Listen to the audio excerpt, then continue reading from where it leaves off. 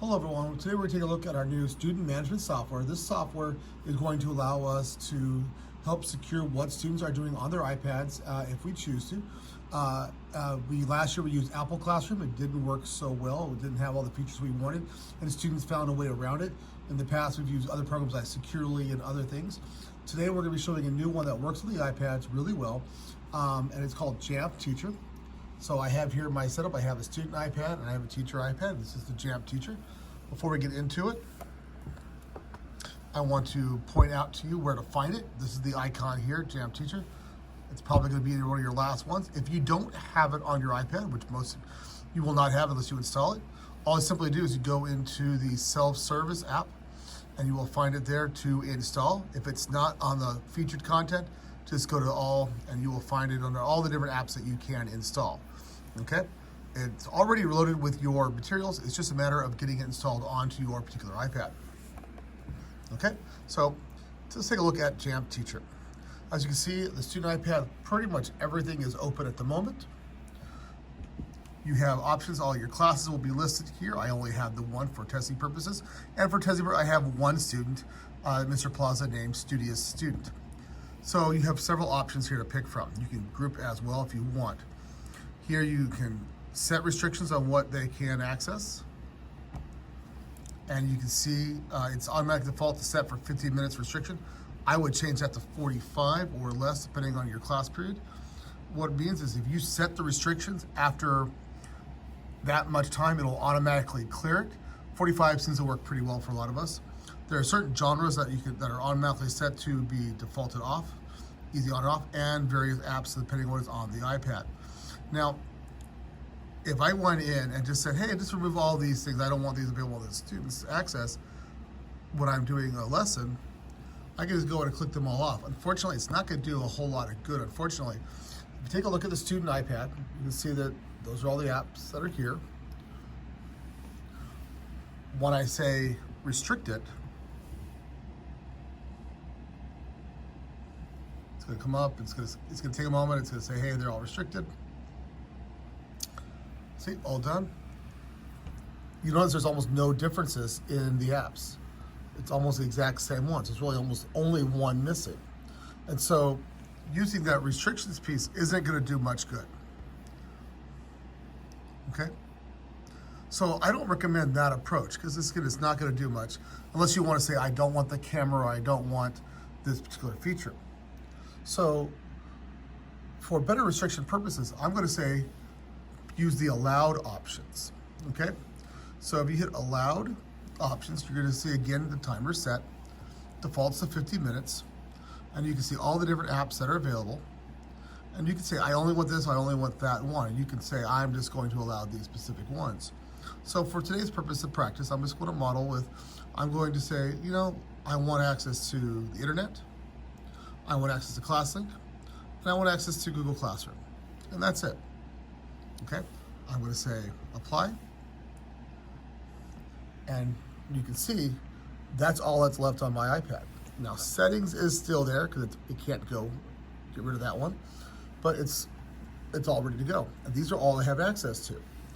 Okay, now students can go into Classroom, no problem. All their stuff is there. They can click on assignments, and they can pull up the work. And boom, there's an assignment on Conway Castle, one of my favorite castles. Now this is all within Google Classroom.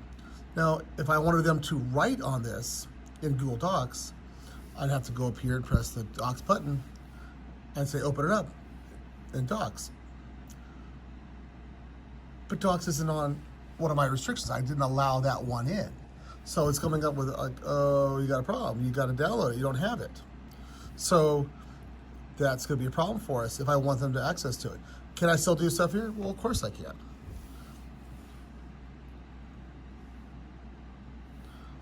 I can already do, there's certain things I can do within this setting. But if I go back over here and I go back to allowed apps and I reset my apps and say, okay, I'm now going to say Chrome, Link, Classroom, and now I'm going to also say include Docs.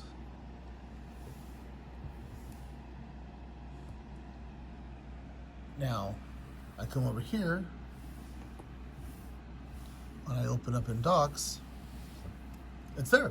It's ready to go. So you have to know what you want in advance and open up. If not, you do have to redo the list. It's doable, but I do recommend finding what you're looking for and getting those done in advance. What if you're working on an assignment and you want the students to only access their iPads to go to one website and one website only? You don't want them going anywhere else for anything. You can do that too. It's a little more restrictive, but first thing you're going to do is you go back to your home page. Notice I'm still in the restrictions I was before. First, I want to clear all my restrictions that I had before. And notice it returns me back to default settings. Now, I'm going to say websites allowed. I'm going to lock into Safari because I only want to go to one website only. I feel a little spacey, so I'm going to go ahead and type in www.nasa.gov.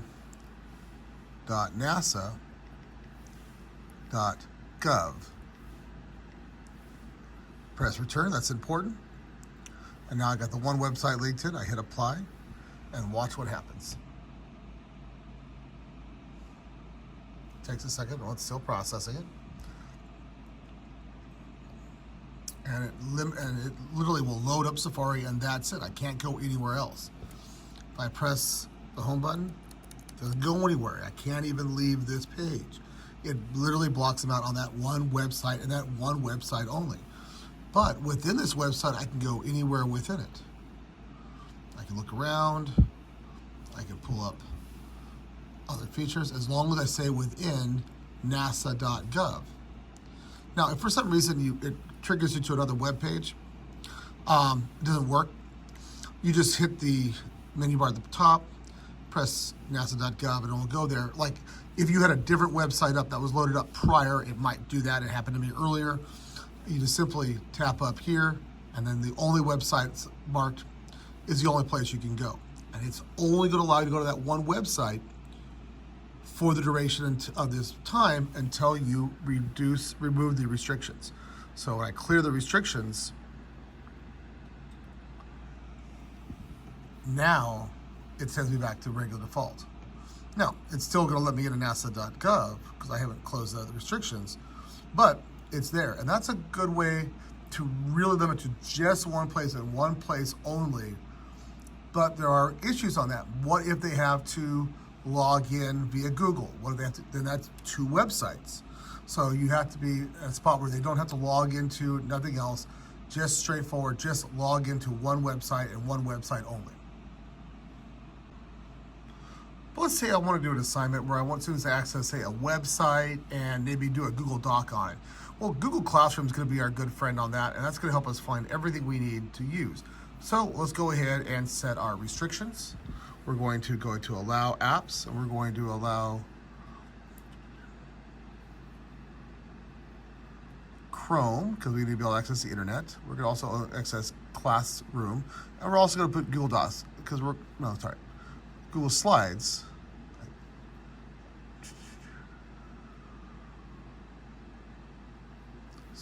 Because I want them to write on a Google slide.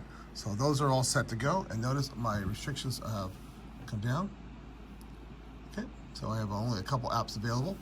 Okay, now I'm also going to do one more step. I'm going to limit what websites they can go to.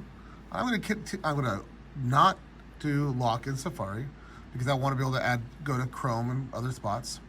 So I'm going to go over here and I'm going to type in the same NASA web link we were using earlier.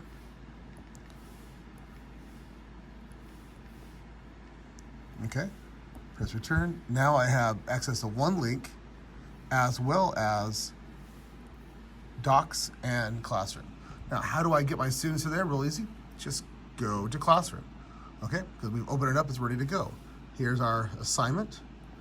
We tap on it. There's my link to a website. So if I tip on it, open up Chrome, there it is. It's all accessible in Chrome. No other web pages can access. I've restricted everyone else, even Google searches. And I go back into Classroom and say, okay, I'm ready to start doing my work. I'm going to go ahead and load up my slides. It's a really straightforward, simple. And I just go press open up slides. And there it is. I can do all my work. I can type it all in. I can turn it in, everything I need to do right here. and I have access to just a couple of pieces. Now, can they access a lot of strange pictures?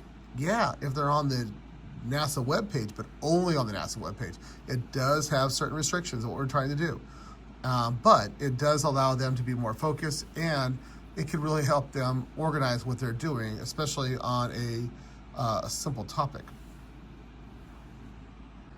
Now, sometimes you're going to use the same restrictions over and over and over, and you don't want to keep typing them in every single time. Well, one of the things you can set up are lesson templates. Lesson templates allow you to set up all your restrictions and reuse over and over and over. For example, I have one set up here for ST Math, all ready to go. I have allowed a couple websites exclusively and the apps. Everything I need to get to ST Math is now set ready to go. I have access to the ST Math webpage. That's where they're actually going to pull up the pages. I have access to sign in with Google. Now, notice it's not just google.com, it's accounts.google.com. This is just the sign-in page. So if you just want them to be able to sign in with Google but not have all the search functions, that's your limitation. ClassLink, of course, is how I'm going to access ST Math. And, of course, I need Safari so they can access the Google sign-in. Hit start. This is the class I'm starting it for. And you're going to see it's going to restrict just to those options. I then go to ClassLink. I've already hit sign in with Google because we've allowed accounts.google.com to work. It's accessible.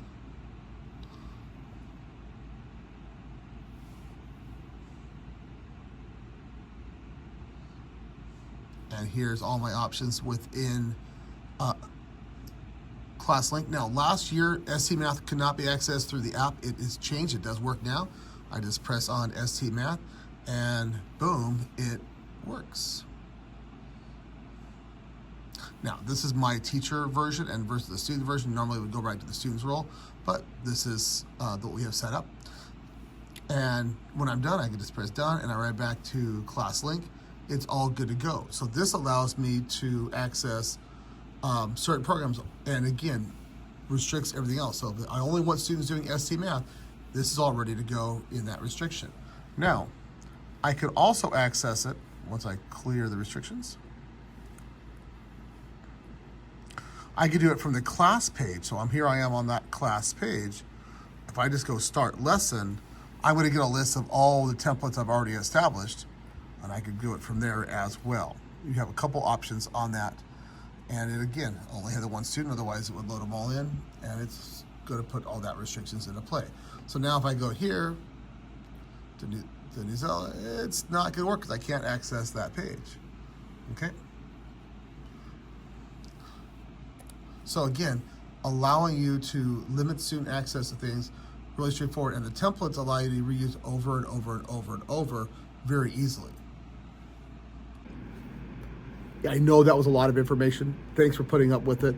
But there's a lot of different features this program can do. There's a lot of options. I'm here to help you out. And I think this video is designed as a supplement to the training that we're going to have on site. And again, if you want some one-on-one support, please let me know. I'm happy to help you out. Have a great day.